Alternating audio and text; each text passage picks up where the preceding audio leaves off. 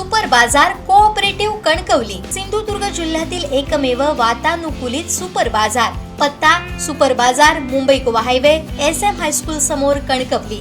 आपल्या अतूट विश्वासामुळेच आम्ही 25व्या वर्षात पदार्पण करतोय।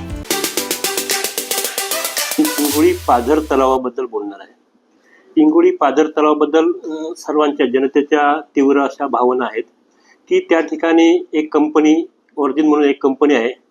ती कंपनी तलावाच्या परिसरामध्ये मोठ्या प्रमाणात बांधकाम होणार आहे त्या ठिकाणी, आणि बांधकाम झाल्यामुळे त्या ठिकाणचे जे सांडपाणी आहे ते तलावामध्ये जाणार आहे आणि पाणी दूषित होणार आहे। त्यापूर्वी बघितलं की ह्या पाझर तलावाचा उपयोग पिंगुळी ग्रामपंचायत गेली 25-30 वर्षे करत आहेत आणि यावर जवळजवळ 15 ते 20 हजार लोक पाणी पित आहेत आणि 2-2.5 हजार ग्राहक आहेत आणि एवढ्या मोठ्या प्रमाणात ग्राहक आहेत ग्रामपंचायतीचे।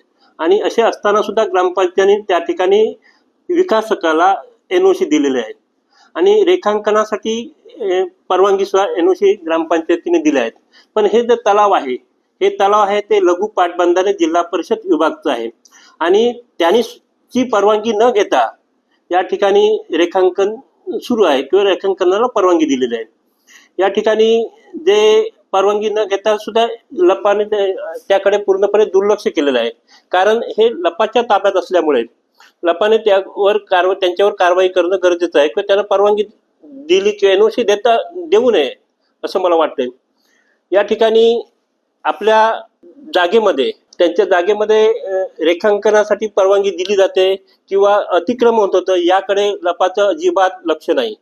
त्यानंतर ते विकासकातील एक आहेत BDA म्हणून आहेत, त्यांनी तक्रार दिलेली आहे की काही लोक हे आर्थिक हितसंबंधासाठी तुमच्याकडे तक्रार करत आहेत। अशी जर तक्रार त्यांनी जर दिली असेल, लपाकडे दिली असेल, तर लपाने पोलिसांकडे जायला पाहिजे होतं ना। हे पोलिसांकडे न जाता डायरेक्ट हे करतात, हे चुकीचं आहे आणि या गोष्टीचा स्वविचार होणं गरजेचं आहे। भविष्यामध्ये रेखांकन झाल्यामुळे मातीची उलथापालथ होते आणि ही सर्व माती पावसामध्ये तलावामध्ये जाणार आहेत आणि तलावामध्ये गेल्यामुळे पाणी धारण क्षमता ही कमी होणार आहे। त्याशिवाय आजूबाजूच्या जंगलतोड झाले, त्या पूर्वीच्या काळी त्या ठिकाणी नारळ बागायती होती, काजू होते आणि यांची सर्व प्रकारे तोड झालेली आहे आणि पर्यावरणाला सुद्धा धोका निर्माण झालेला आहे या ठिकाणी। आणि असं सांडपाणी जाऊन पाणी दूषित होणार आहे आणि हे सर्व पिंगुळी वासियांना हे प्यावं लागणार आहे। यासाठी आम्ही 1 मेला सर्व पिंगुळी ग्रामस्थांना घेऊन उपोषण करणार आहोत। कर्मचाऱ्यांची म्हणजे पूर्ण जिल्ह्याचा विषय आहे, ती वैद्यकीय बिलं वेळेवर दिली जात नाहीत। कर्मचारी जे वैद्यकीय बिलं आहेत ती कुठेतरी उसनवारी घेऊन की कर्ज काढून ती पेड केलेली आहेत आणि ती त्यांना वेळेत मिळावी अशी अपेक्षा आहे।